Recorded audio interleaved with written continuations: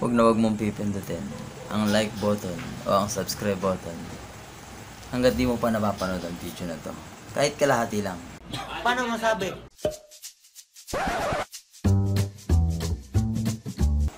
So what's up, brothers? Ano ang pipiliin mo? Maraming subscribers pero maliit ang views? O counting subscribers pero maraming views?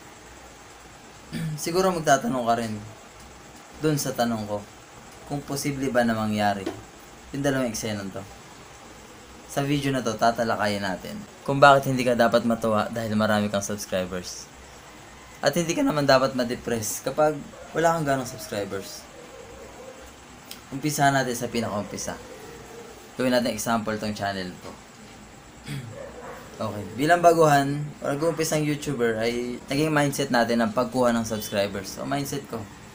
Kaya nga nakagawa ko ng videos na kung paano ako nakakuha ng 500 subscribers sa loob lamang ng isang linggo. Pero habang tumatagal ako sa pag-YouTube, napansin ko rin na ang total views ng ina-upload kong video ay hindi katumbas ng mga subscribers ko. Halimbawa, meron ako 1,000 subscribers. Pero ang views ko lang bawat video nasa 5 to 10, di ba? Parang walang hustisya yun. Siguro nagtatanong kayo, ano, posible ba yun? Maraming subs pero konti ang views. Ang sagot ay, opo, pwede mangyari yun. Siguro may mga nag-iisip sa inyo na kaya mababa ang views ng videos ko ay nakuha ko lang sa pakikipag sub to sub. Paano masabi? Advance ako mag-isip. Tama, di ba? Marahil ito nga ang dahilan kung ang channel ko ang pag-uusapan. Pero alam niyo kung bakit naisip ko gawin ang video na ito? Ito ay dahil may nakita ko na isang napakalaking channel.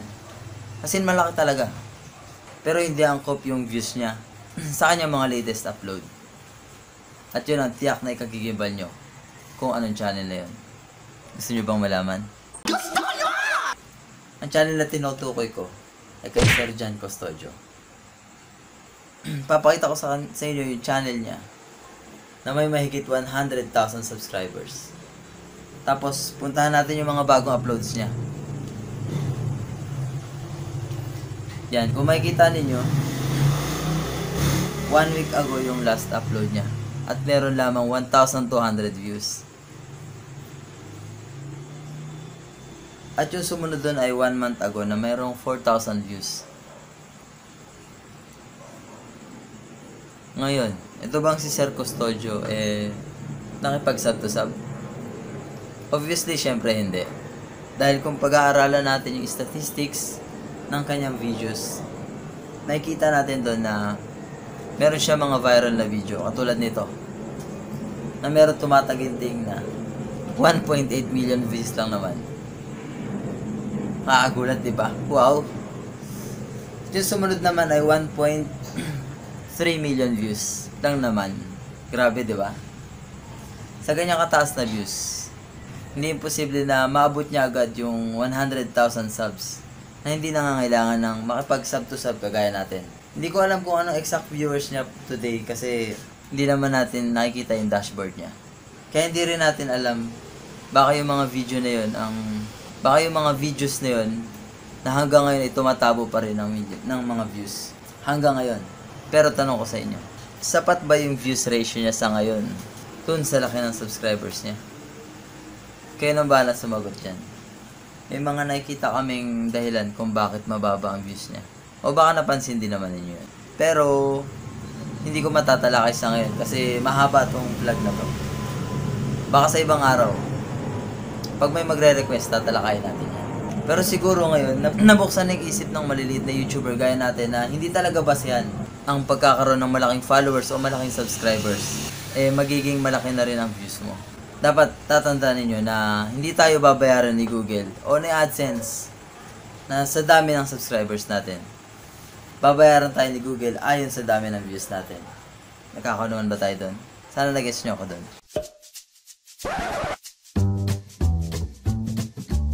Ngayon naman, kung baguhan ka at nag-uumpisa ka pa lang, para sa'yo ang susunod na sasabihin ko. Huwag kayo mainip kung kakaunti ang subscribers nyo o yung views nyo sa ngayon. Kasi napatunayan naman natin kanina na hindi talaga basihan ng pagkakaroon ng malaking subscribers para magkaroon ng malaking views. Ang susunod na channel na example ko ay ang channel ni Ma'am Lalabs. kung pag-aaralan natin yung channel niya, sa latest video uploads niya, makikita natin kung gaano kadami ang views niya. Tignan nyo itong upload niya.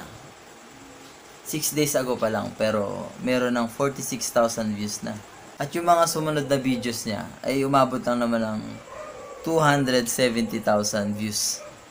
Wow, diba? Ang laki nun. At alam nyo ba kung ilan lang ang subscribers niya? 3,000 plus pa lang naman. Ngayon, nakikita nyo ba ang pagkakaiba ng dalawa? Ang mga views sa video ni Ma'am Lalabs ay higit pa doon sa mga subscribers niya. Ibig sabihin, hindi talaga doon ang basehan. Ngayon, kung matatandaan ninyo, yung tutorial natin kung paano ba ako nakakuha ng 7,000 views sa isang araw at sunod-sunod na. Isa rin katunayan na hindi talaga basehan ang pagkakaroon ng maraming subscribers. Ngayon, kung hindi nyo pa napapanood, pwede nyo balikan at ilalagay ko yung link sa ibaba para mapanood ninyo, lalo na sa mga baguhan pa lang. Ang vlog na ito ay para lang naman bigyan kayo ng idea at inspirasyon at tamang mindset para sa pag-vlog. Kasi marami nag-uumpisang vlogger na ang mindset ay dumami agad ang subscribers. Kahit wala pa naman siyang video o wala pa naman siyang content na ibibigay sa mga viewers niya. Huwag kayong magmadali na dumami ang subscribers niyo. Magiging negatibo ang epekto nito sa inyo. Paano masabi? Kasi magiging negatibo ang impact niyan, lalo na kung hindi natural. Para kay algorithm, maraming nadi-disable na account dyan. Kaya ngayon, ang susunod na video ay tungkol naman dun sa recommendation o suggestion.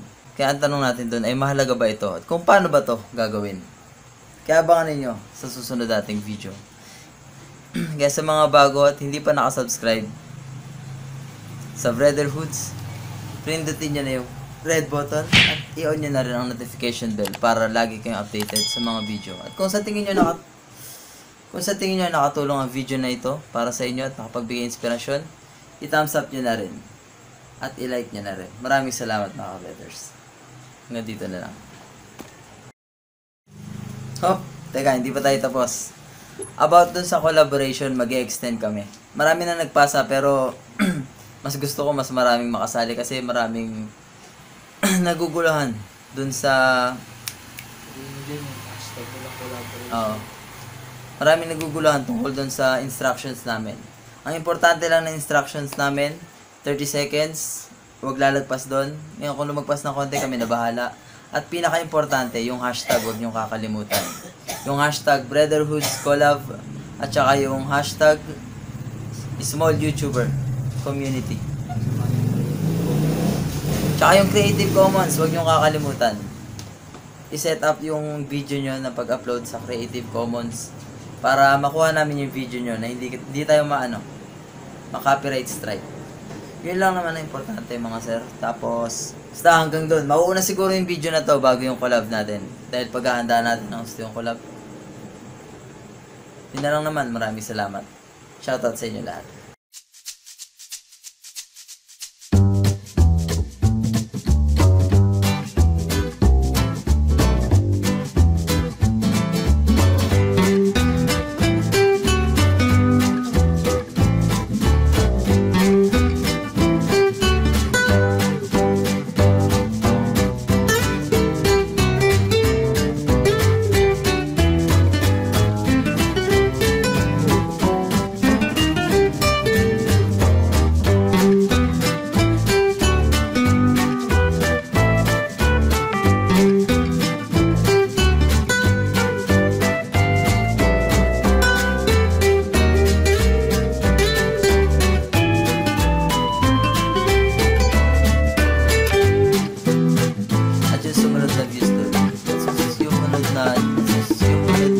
Susunod na channel doon.